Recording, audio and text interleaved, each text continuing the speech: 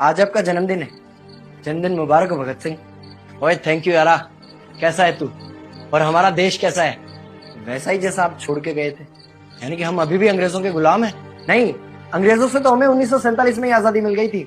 अच्छा, तो अब तो हमारे अपने लोग देश चलाते होंगे ना? हाँ, तब तो देश काफी आगे बढ़ गया होगा। जब हमारे अपने लोग देश चला रहे हैं तो गरीबी और भ्रष्टाचार का तो नाम ही नहीं होगा। सबको बराबर हक दिया जाता होगा। किसानों और मजदूरों का अच्छा ध्यान रखा जाता होगा ना? नहीं, ऐसा तो कुछ नहीं है। तो कैसा है बताना मुझे। कैसे हमारे अपने नेता, हमारे आजाद भारत के नेता, 100 साल हो गए मुझे गए हुए, बताना। हमारे अपने नेता वो तो अपनी जेबें भरने में लगे हुए हैं। आने वाली 7 पीढ़ियों को नहीं बल्कि 700 पीढ़ियों को ना कमा कर खाना पड़े उस चीज के इंतजाम में लगे हुए हैं। तो तुम लोग क्या कर रहे हो और हमारे देश का युवा क्या कर रहा है? हम लोग तो इंस्टाग्राम पर रील्स देखने में बिजी हैं। यानी कि हमारी कुर्बानी का देश के लोगों पर कोई असर नहीं पड़ा। देश के लोगों में कोई देशभक्ति नहीं, कोई देश प्रेम नहीं।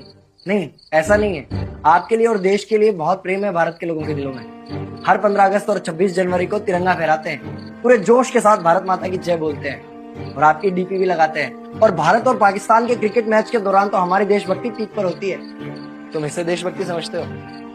तो फिर क्या है देशभक्ति? अगर तुम्हारी देशभक्ति समाज को सुधारने में, गरीबों को अच्छी शिक्षा या बराबर का हक नहीं दिलाती तो कोई काम की नहीं है तुम्हारी देशभक्ति। भ्रष्ट नेताओं और सरकार के खिलाफ आवाज उठाओ, लोगों को एकजुट करो। लेकिन अगर हमने सरकार के खिलाफ आवाज उठाई या नेताओं से सवाल पूछे तो हमें एंटी नेशनलिस्ट कहा जाएगा या हमें गद्दार करार दे दिया जाएगा। तो डरता है। 23 साल का था मैं जब अंग्रेजों ने मुझे फांसी पर चढ़ा दिया। मुझे तो आतंकवादी कहा गया था। अगर अब नहीं जागे तो ये देश सोता रहेगा। ये सरकारें, ये नेता देश को बेच खाएंगे। इस भ्रष्ट सरकारी तंत्र से लड़ो। देश को क्रांति की जरूरत है। क्रांति यानी कि हमें हथियार उठाने होंगे, बंदूकें उठानी होंगी जैसे आपने उठाई थी। नहीं, हमारी क्रांति विचारों की थी। जब अंग्रेजी हुकूमत ने हमारी आवाज नहीं सुनी तो हमने और जोर से आवाज लगाई और अपने विचार रखे। और क्रांति केवल सत्ता को बदलने तक सीमित नहीं है बल्कि इस भ्रष्ट अन्यायी तंत्र को जड़ से उखाड़ कर फेंकना है। पर ये होगा कैसे? अपने आसपास से शुरुआत करो। जो भी तुम्हें भ्रष्ट नजर आए उसके खिलाफ आवाज उठाओ, एक्शन लो।